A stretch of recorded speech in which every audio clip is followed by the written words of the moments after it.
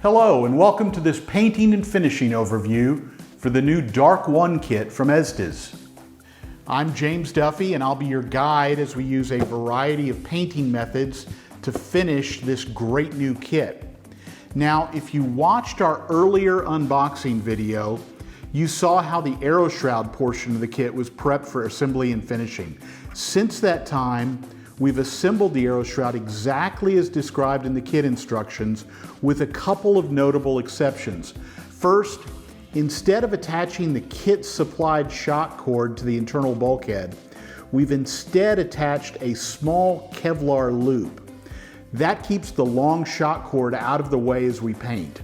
Once we're done with the finishing process, it'll be a simple matter to loop the shock cord through that Kevlar loop to connect this component to the rest of the rocket.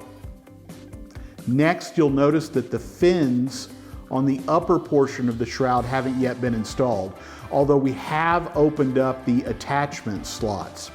We'll paint and decal the fins separately along with the rest of the shroud, and then attach them after all of the painting is complete. That'll make masking and painting much simpler. This is a really neat component and it's quite unlike anything Estes has ever included in the kit before.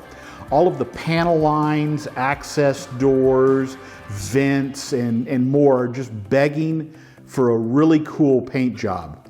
Although it already has a great deal of surface detail, it's a simple matter to add even more. In particular, I can see how the aero shroud could benefit from some extra handholds, fuel filler ports, and thruster motors. These are really easy to make and attach. All of these extras can be made from 010 styrene sheet using a variety of tools. Now, styrene sheet is just thin plastic stock that you can purchase at a hobby shop, online, or I think even Hobby Lobby carries it now. One of the tools you might use, you probably have on hand already, a standard hole punch that produces a 1/4 inch disc. The disc is trapped in here right now. This is a rectangular punch that I borrowed from my wife's scrapbooking materials, and it produces a neat little shape that we can use as a latch, a handhold, a step, or anything else that suits your imagination. This is a rotary punch tool that I borrowed from my wife. It's another scrapbooking tool. I believe that it's also sold as a leather working tool, and I've also seen them at Home Depot. You can rotate the cutting head to produce disc shapes in different sizes. Here's a neat specialty tool produced just for hobbyists, a punch and die set for making tiny little disc shapes in a variety of sizes. You simply sandwich a bit of plastic between the guide and the die, and then give the appropriate sized punch a little tap, and your disc comes out the other side. We've used our punch tools to create a variety of shapes and sizes of parts, and now that we have the parts, we can start attaching them. We can play with them a little bit, see how they look in place on the model.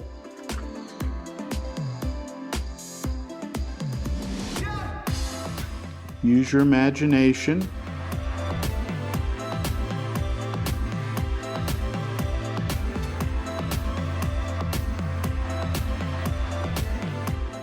Here's a handhold or latch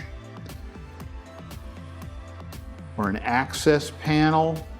It's up to you to decide what it is and where it goes.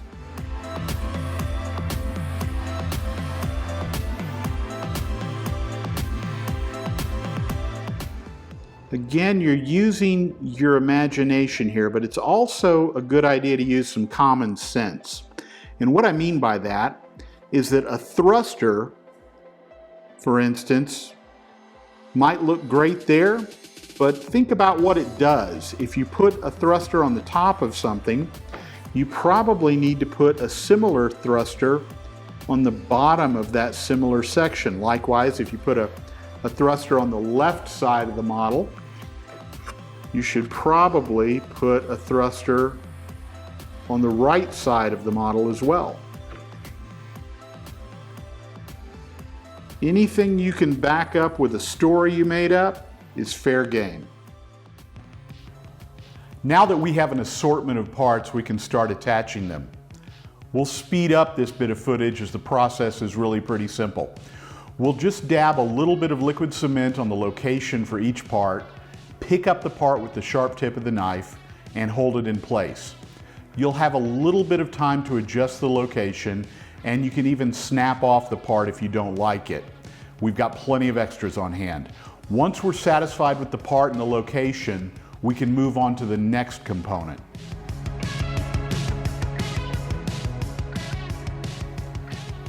Again, we're using our imagination here. Note that the thrusters are being placed symmetrically, while things like fuel fillers and steps we're applying just on a single side of the model. And there, we have some detail parts in place. Now that we have our detail parts in place, we can go ahead and apply some primer off camera. We'll be using Tamiya Gray Surface Primer, which is a great choice for any kind of plastic material. Okay, we have our primer in place. Note that the gray color of the primer makes the surface detail pop just a little better. We can see the detail we've added with a little more clarity. With the primer cured, we're now ready to start airbrushing. Before we begin that though, let's chat a little bit about why an airbrush is so versatile a tool, but just as importantly, what you shouldn't use it for. An airbrush is literally a miniature spray gun. Visualize a big automotive spray gun hooked up to a massive shop compressor. Now imagine a working scale model of that rig. That is exactly what an airbrush is and why it's such a great tool to use on miniature replicas of whatever. On the other hand, an airbrush is generally not a replacement for a trusty old can of spray paint. If you have something large to paint, go ahead and use quality rattle cans. A great example might be the new Estes Saturn-1B kit. Use Tamiya Pure White spray lacquer from a rattle can as a base coat, and then use an airbrush to paint the black detail bits. We're going to do just that on this model, starting with a light gray lacquer as a base coat after we do a bit of pre-shading. The paint I've chosen is Insignia White spray lacquer from Tamiya, which is actually a very light gray. All of our airbrush detail colors will go over this base coat. First, we're going to do some prep work though. So, what do you need to start airbrushing? Obviously, you'll need an airbrush, and an inexpensive Pache Model H is a great choice for both beginners and experts. You can get one with a color cup and a hose for about 60 bucks. I've had this Model H for over 20 years and it still works as well as the day I purchased it.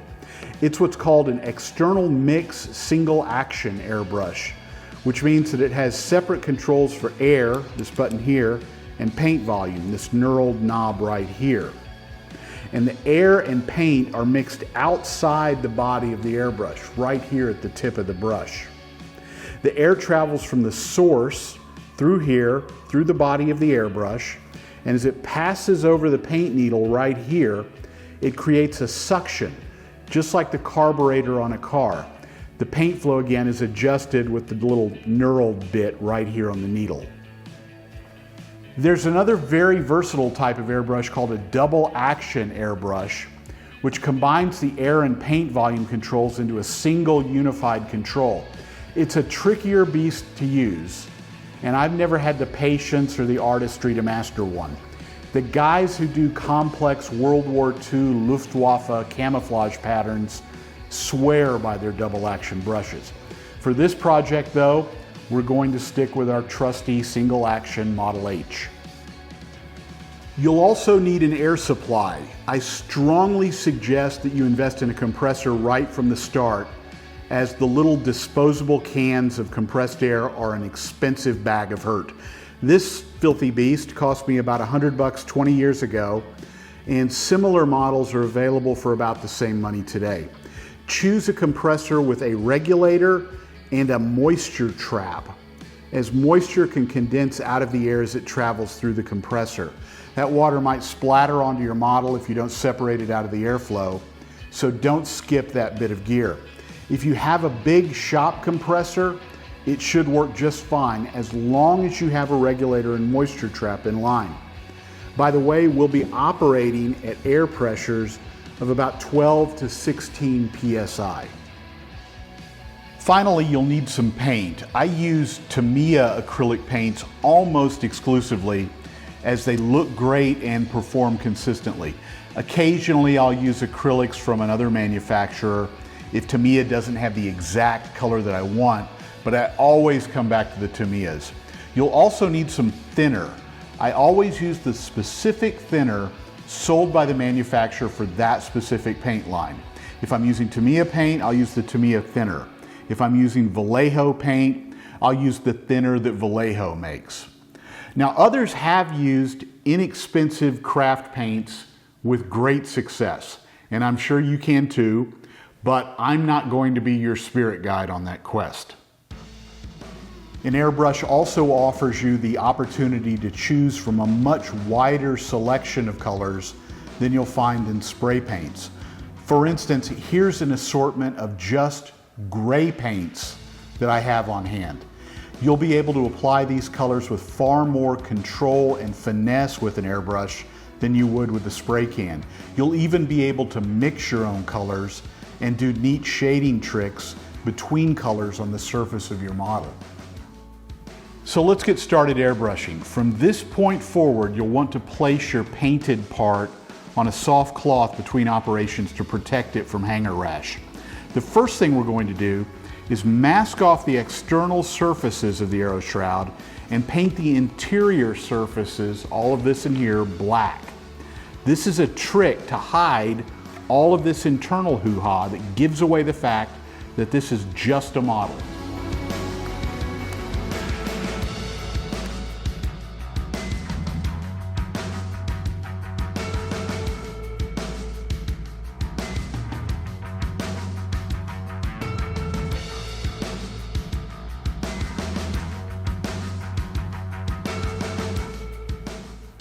You'll notice that our background has changed. This is just some cheap brown wrapping paper that I use to protect the bench when I paint.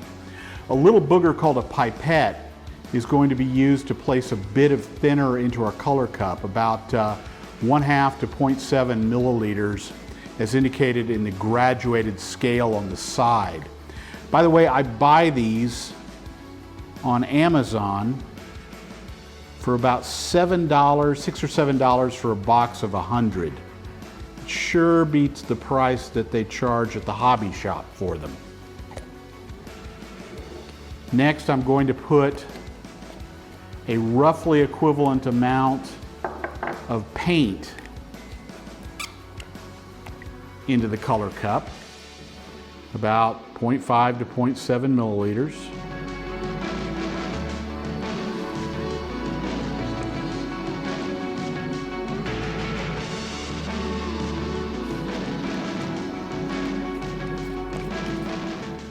And then I'm going to use the pipette to mix it up. You just draw the material back into the pipette and squeeze it back out again. Do that a few times. Be very careful that you don't splatter when you do this. Trust me, I've done that. Okay, we're all mixed up there.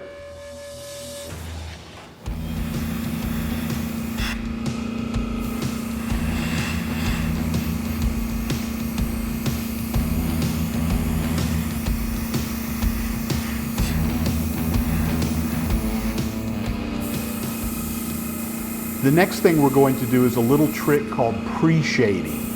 Essentially, we're going to put shadows in place on the model and then overcoat those shadows in future steps. When we paint our model with color coats in a bit, the shadows that we put in place now will just barely peek out. It will really add a lot to the realism and dimensionality of the finished model. Even better, sloppy really doesn't matter during this step. We can use the same dark color we used to paint the inside of the aero shroud a moment ago. Just paint along the panel lines and hit the details we added.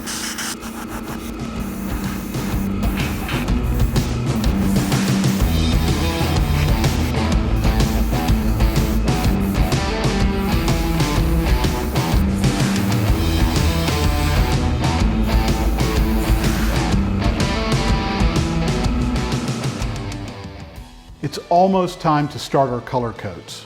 Before we begin airbrushing though, we're going to apply a couple of thin light layers of spray lacquer from a rattle can to the exterior of our aero shroud. We've masked off the interior surfaces that we just painted black, and the color we're going to use is Tamiya AS20 Insignia White. Note that I said light coats. We're going to put much more paint over this with the airbrush in future steps, so there's no need to get complete coverage at this point. We also don't want to cover up all the pre-shading that we've already done up to this point. Our base lacquer coats are in place, so we'll let this cure for a couple of hours, and then we can start airbrushing some of the individual panels. While we wait, let's take a look at some photos of real military aircraft. Note in particular how the colors vary from panel to panel, as well as the general grime all over the aircraft. That's the vibe we're going to go for on our aero shroud.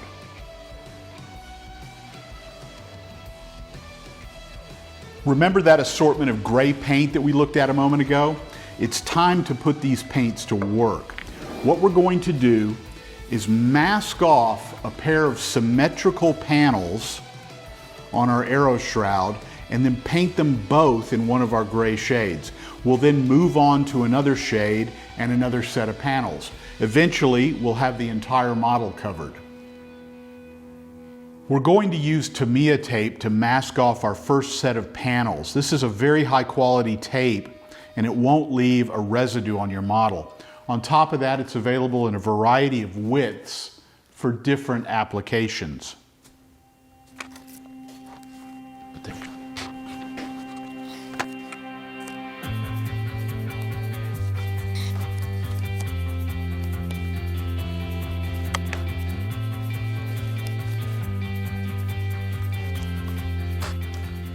This is an interesting little section right there. It curves a bit as it comes around the top of the model.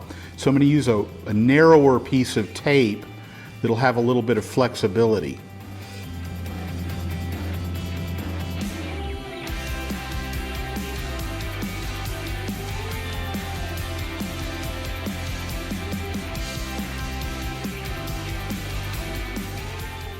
Then I'm going to back that up with a larger piece of tape.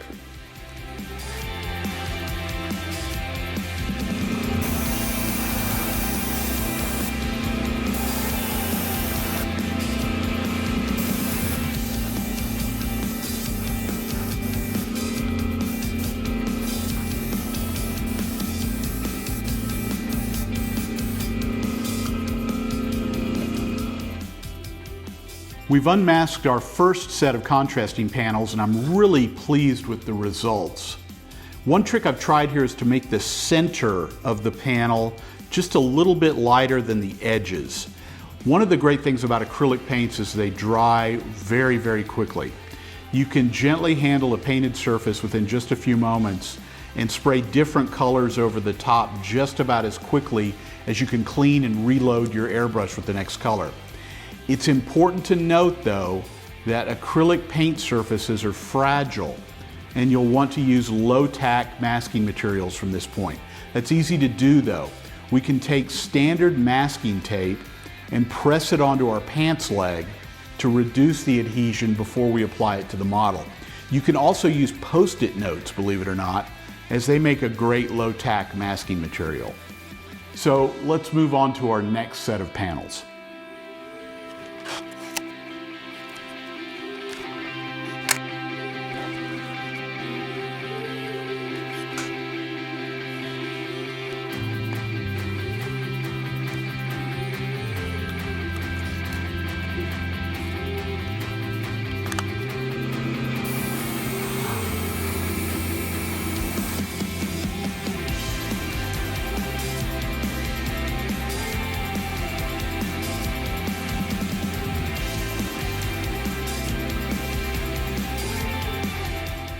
We've masked off the next two sections that I'm ready to paint, and I'd like for this color to be roughly midway between the shades we used on our first two masked sections. So the obvious thing to do is to take those two colors and mix them. I'll show you how to do that now. We start by placing some thinner in our color cup. Next, we're going to take about half the amount of thinner in the light color, and then half of that amount in the dark color. So we've got both colors in there. Now we mix it by simply drawing all of that up into the pipette and squeezing it back out again a few times.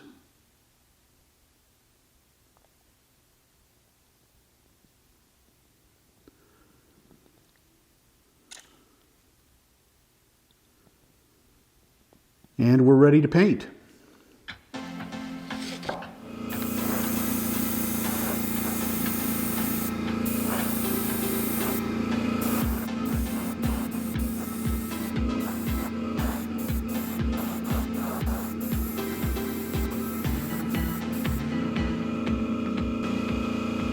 And there we go. So here's the current state of play. I really like the splotchiness here. That gives it some interesting realism there. It's looking more and more like a real aerospace item. The next thing I think we're going to do is use a very similar color, perhaps a bit lighter, on this belly panel right here. So we're going to mask for that next. Okay, our belly is masked for the next section. We'd like to go a little bit lighter this time, so we're just going to add some white to the color that we mixed last time and is still in the color cup.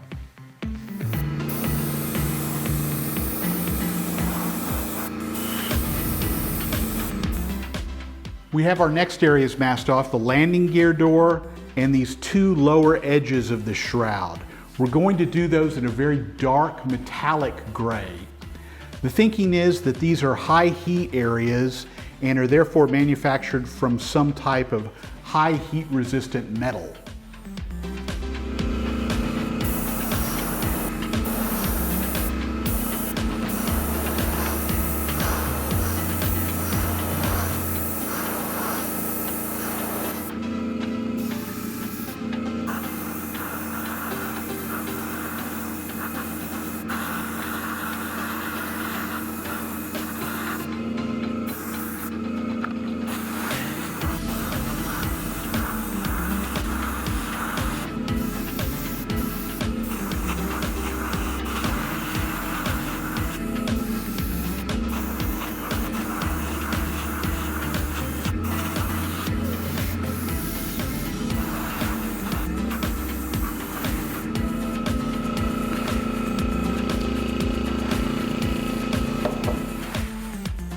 We've masked the top section and we're ready to paint it. I'm probably going to go with the lighter gray for this. Very similar to what we used on this panel right here. I may darken it up a bit, but I'm going to look at it first and we'll make a decision.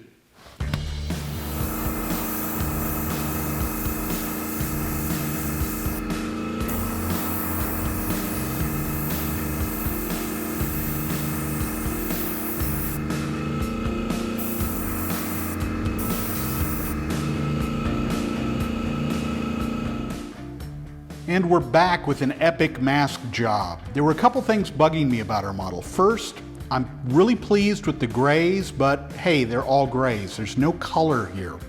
Next, there's no indication of any type of squadron identity with this. I've got to think in the future they've got squadrons and groups, and esprit de corps is an important thing still. So we're going to paint this red as kind of a way to get some color on the model and also to give it that squadron and group identity. Now the reason I've masked all this is because bad things tend to happen when I paint red. So let's cross our fingers and hope the masking holds, and we'll give it a shot here.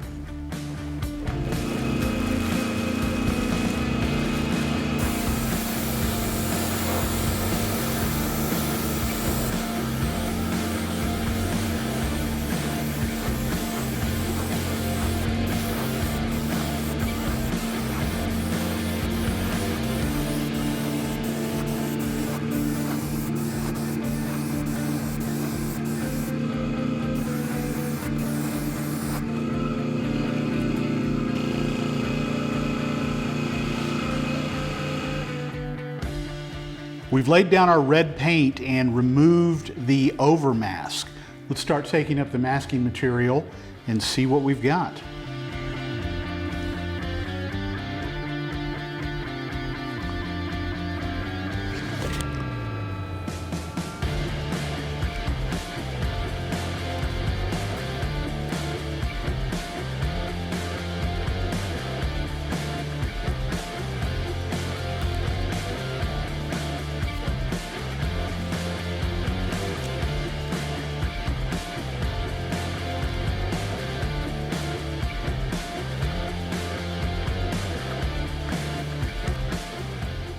And there's our current state of play. We've got a few more panels to do. We've got the nose cap to do. We're going to do some damaged panels, which should be some fun.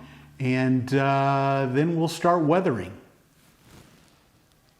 Our next task is to mask and paint the nose of the shroud. I imagine this to be a carbon component, not unlike the nose of a space shuttle. We're going to begin by masking off the landing gear panel and then using a material called parafilm to mask around the shroud. Parafilm is a great masking film for circumferential masking, and nothing else comes close to it for flexibility. It's a waxed-based material used in lab work. You simply cut a piece, remove the backing, and then stretch the material. There we go. You can then wrap it around the item you're painting. The tail end can then be locked down with a scrap of tape. You should only use parafilm with acrylic paints though. The solvents in enamels and lacquers will melt the wax.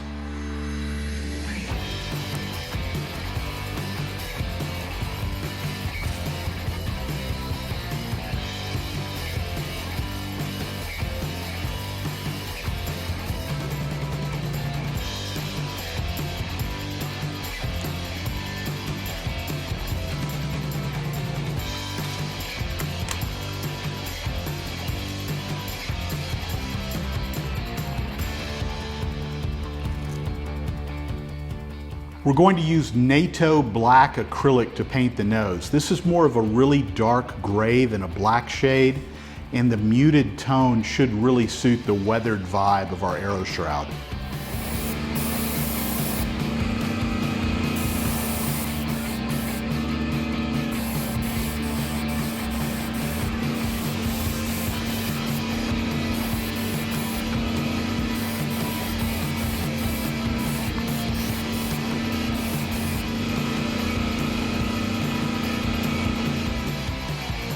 We've allowed the paint to settle down a bit, so let's go ahead and remove the masking.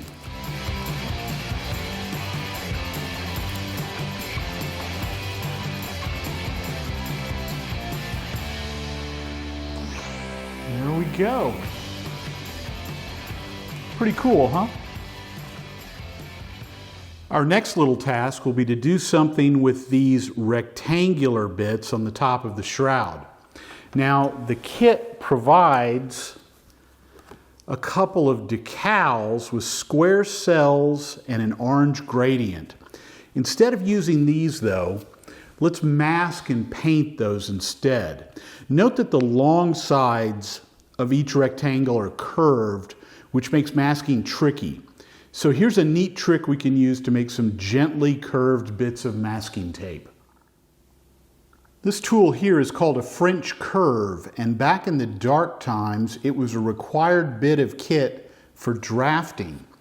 We can use it to find the bit of the curve that comes close to the shape of the area on our model, and then use the curve to guide our knife blade to cut a piece of masking tape to a similar shape.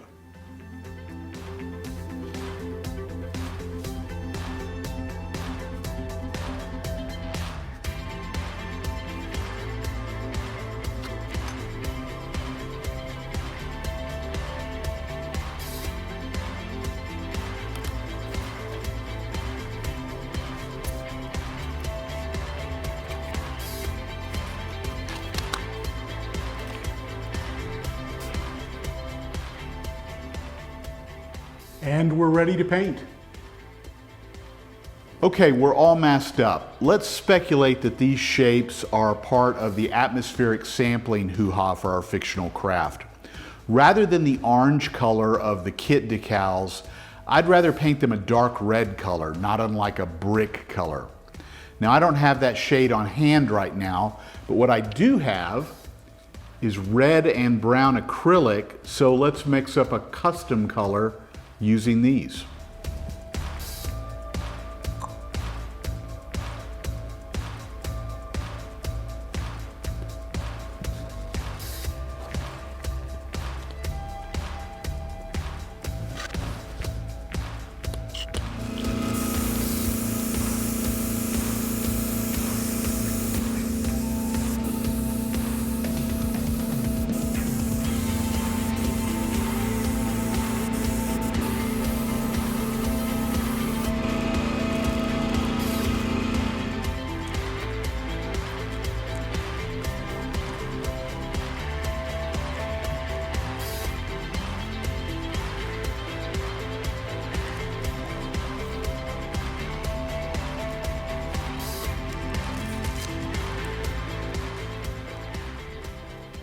Military aircraft occasionally require panel replacement, and often these aircraft are pressed back into service before those panels can be repainted.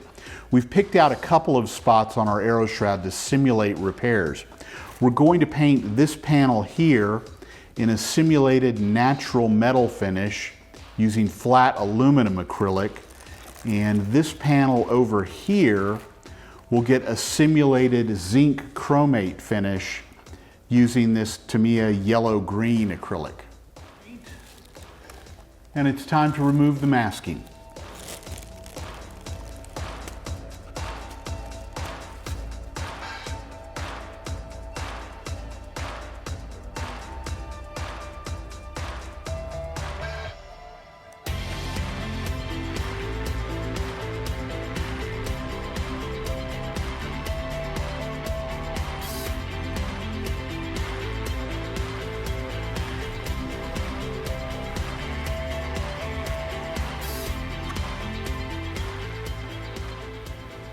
We've zoomed way in to do some work on the fins for the aero shroud. Here's a blade for scale. We filled the grain and sanded the wood so that the parts, ironically, no longer look like wood. And then we've sprayed each side with Tamiya primer. We're going to paint in 2 pre-shading lines on each side of each fin. Note that I've drawn in some panel lines to guide the pre-shading using a pencil. We'll then paint the fins in a gray color similar to the shroud.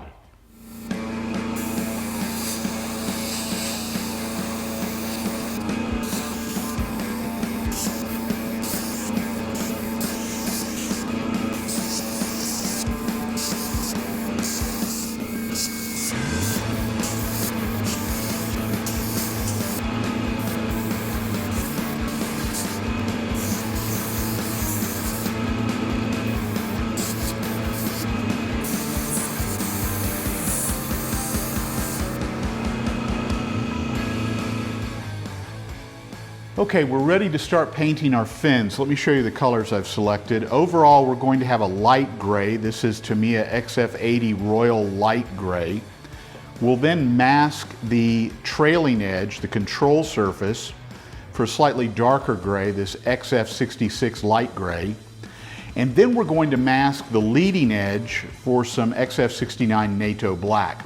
I envision the leading edge as perhaps a carbon component, or maybe even something with a de-icing cuff on it, not unlike transport category aircraft.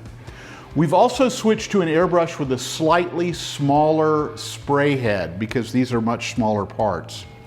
That introduces an interesting problem, and that is that sometimes the paint will actually dry as it comes out of the airbrush. We can solve that problem by using what's called a retarder. This is a material that actually slows down the drying of the paint, and you can get it at Michael's or Hobby Lobby or any good art store. Just put a couple of drops in with your paint and your thinner as you mix it, and it will solve that problem for you.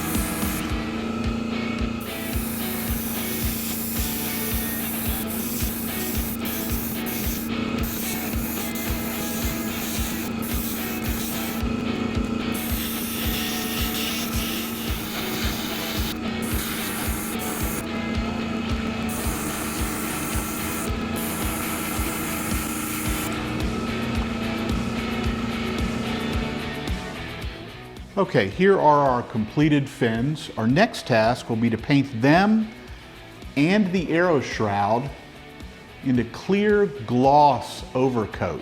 The reason we're going to do that is multifold. First, we want to protect the acrylic paintwork that we've done up to this point. Second, that will give us a nice glossy surface onto which to apply decals. And the third reason is we're about to begin weathering the model. We're going to add distress, actually additional distress and evidence of wear to the model. So the gloss surface will give us the ability to put those weathering details on and alter them if we don't like them. You'll notice that we haven't painted the canopy yet. That's because the very last painting operation we're going to do after we put our weathering in place will be to mask and paint this in a nice, clean, glossy black. Okay, it's time to add some decals to our model, or as my European friends call them, decals. This is always my favorite part of any modeling project, as the model just seems to come to life at this point. There are a couple really cool markings on the kit sheet, such as these neat little rocket markings right here. There's a strong Estes heritage vibe there, so we're definitely going to use them. I might also use the DARC-1 markings down here at the bottom of the sheet. We still need more stuff though, so I plowed through my collection of old decal sheets and came up with some cool possibilities. This is a sheet of markings for US Navy P-3 Orions, and this really cool coyote artwork might work well on the fins. I also have some F4 Phantom decals in a couple of different scales that have a bunch of warning, caution, ground, and maintenance markings that will certainly help make the model pop. We'll be using Microset as a setting agent to help with decal installation. This is a mild acetic acid solution that you paint onto the model before you apply the decal, and it helps the decal film conform to the surface of the model.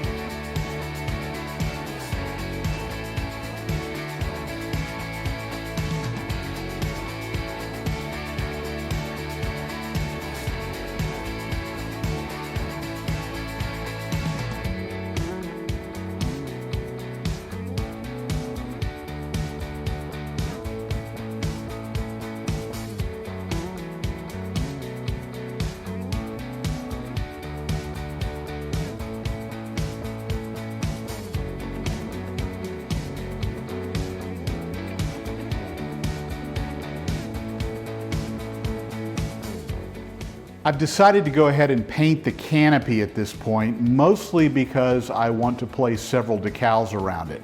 This is a tricky mask job because of the curves. To do that, we're going to break out the French curve again. The top edge of the canopy is a gentle curve, so we can use the long edge of the French curve to do that. The scoop of the canopy, though, will require a mask with a more extreme curve. We'll use the point of the French curve to do that.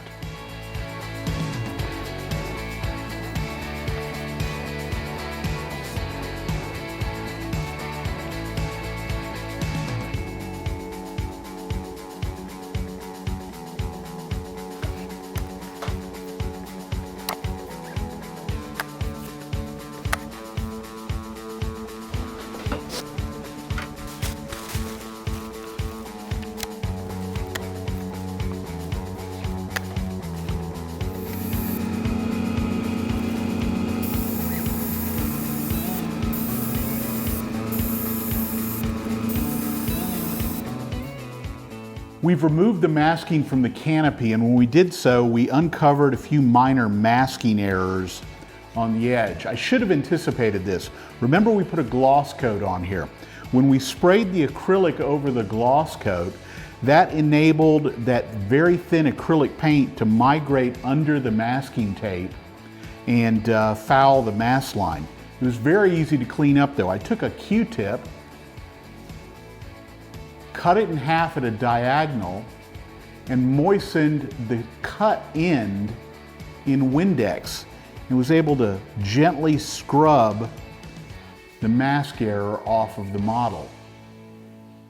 Here's the current state of the model. If my count is accurate, I've put 38 separate decal elements on it at this point, and I think we're about done. The last two will be some warning markings we're going to put just ahead of these aft vent doors that will integrate nicely with the weathering that we put on in a bit.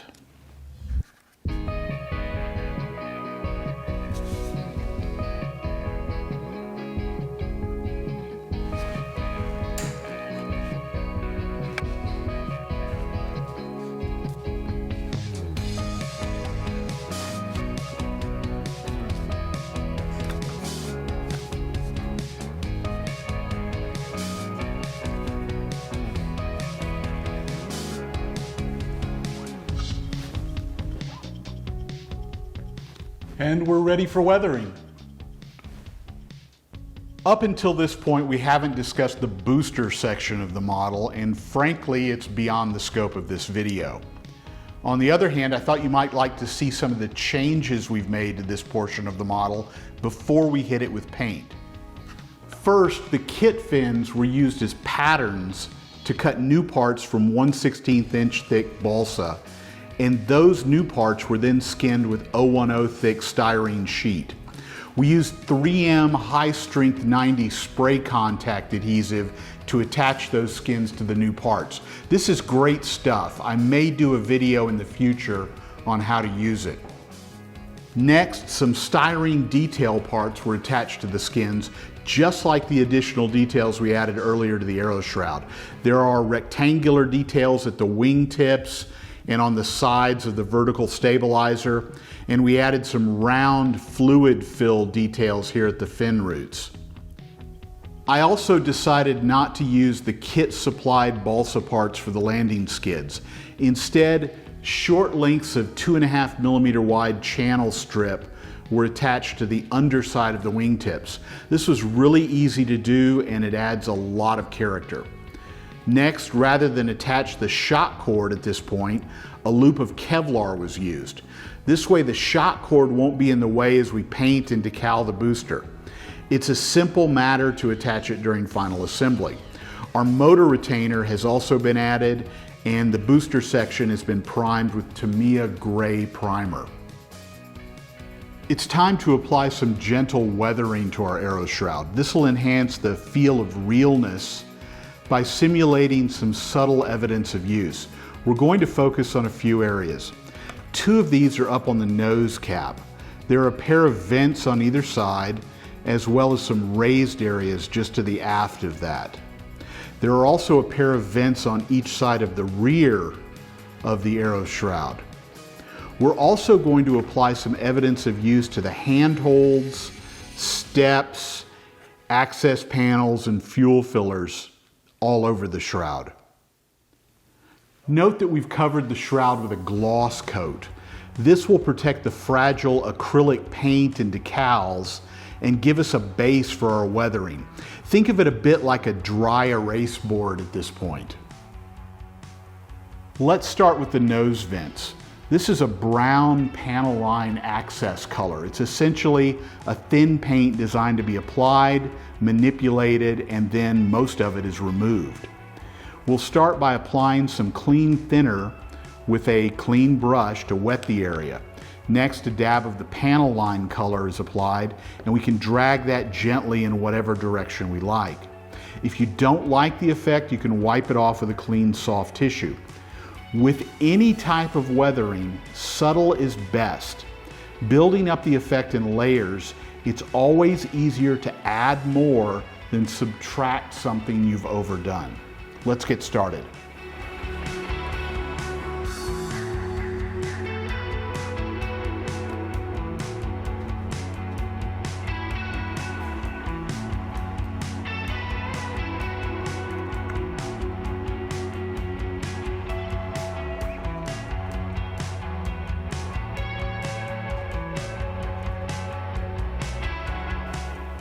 We'll add a little bit of the same effect right here on this vent.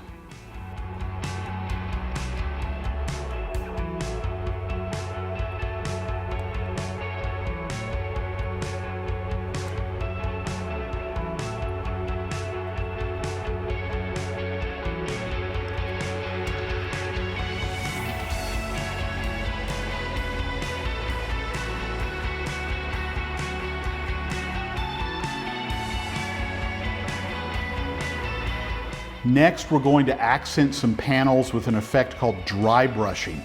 This is one of the oldest weathering techniques, and it goes back centuries in sculpture.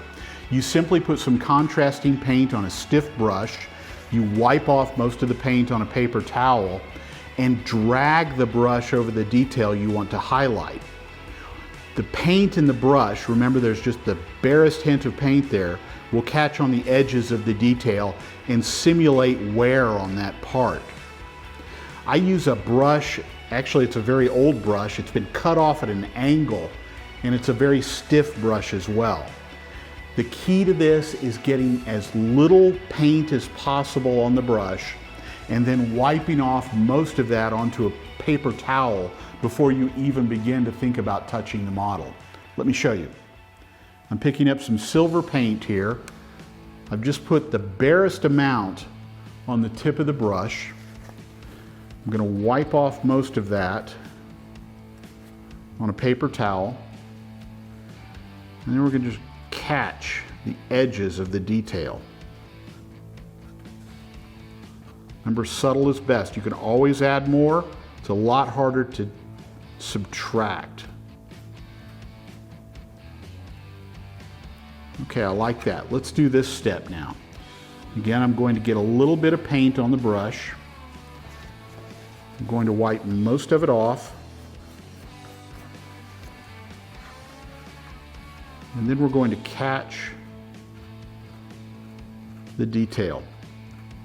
Give some thought as to how this is being used. This step will have pressure from this direction, so we'll draw down. I like that. It's very subtle. I don't know how well that shows up on camera, but it looks great here. There's a access panel or thruster here that we can do as well.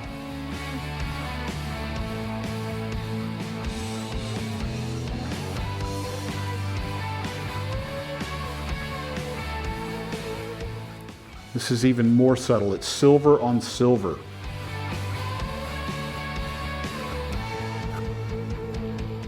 Pick up just a little more paint on our brush, wipe it off.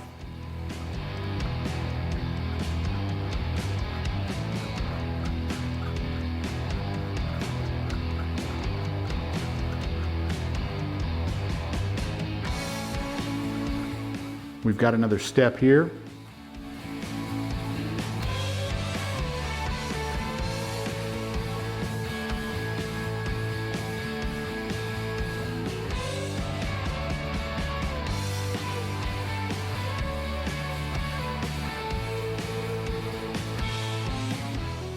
I like that. Let's try these panels up here at the nose. Picked up a little more paint, wiping most of it off.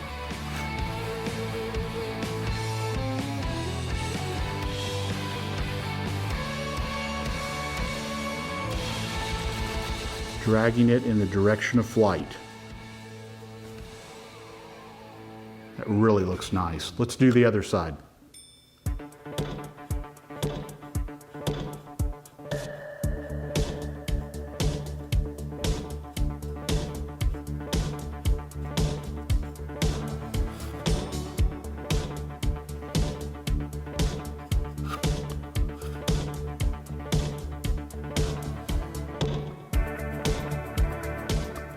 There's some thrusters here.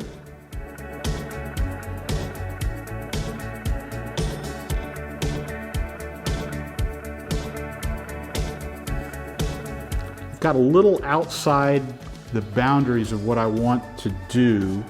So what I can do is clean that up quickly with a little bit of thinner on a clean brush. Just the barest amount of thinner.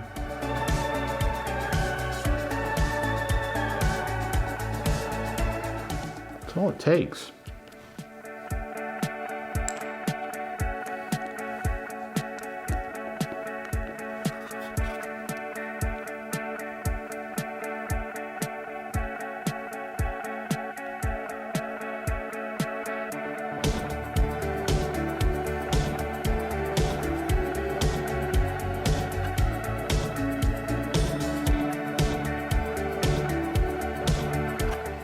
Here's a couple more thrusters.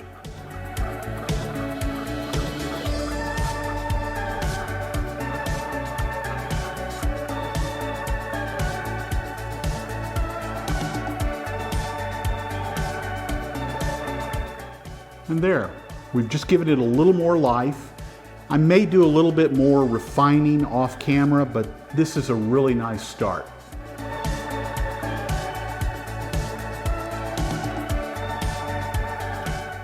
We can now attach our fins to the aero shroud, locking them in place with a bit of epoxy on the inside surface of the shroud. I recommend that you not use CA glue, super glue, for this step, as the outgassing from that type of glue might cloud the painted surfaces.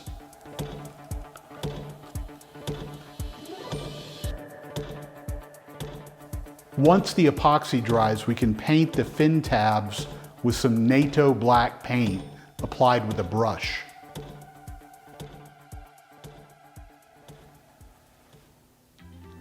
Some additional work has taken place off camera, starting with the nose landing gear.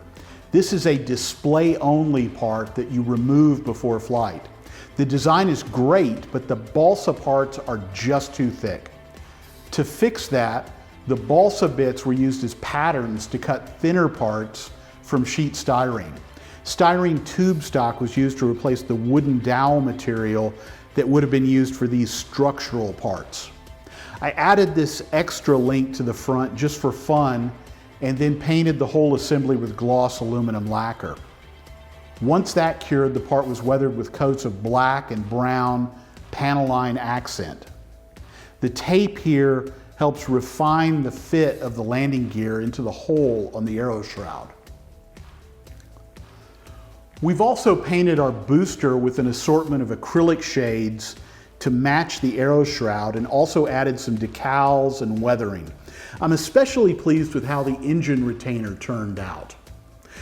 This was done by putting down a base of gunmetal lacquer and then lightly airbrushing copper over the top of that. Once that cured, the part was dry brushed with silver, and all of that really helps hide the fact that this is just a twist-off part. I've also applied some foil to hide the mylar retaining band for the shock cord anchor. This was really easy to do, and it helps add to the aerospace vibe of the component. If you'd like to learn more about applying foils, take a look at my Narcon 2021 presentation, where an old Mars lander kit gets assaulted with an assortment of aluminum foil. I'll put a link in the comments below.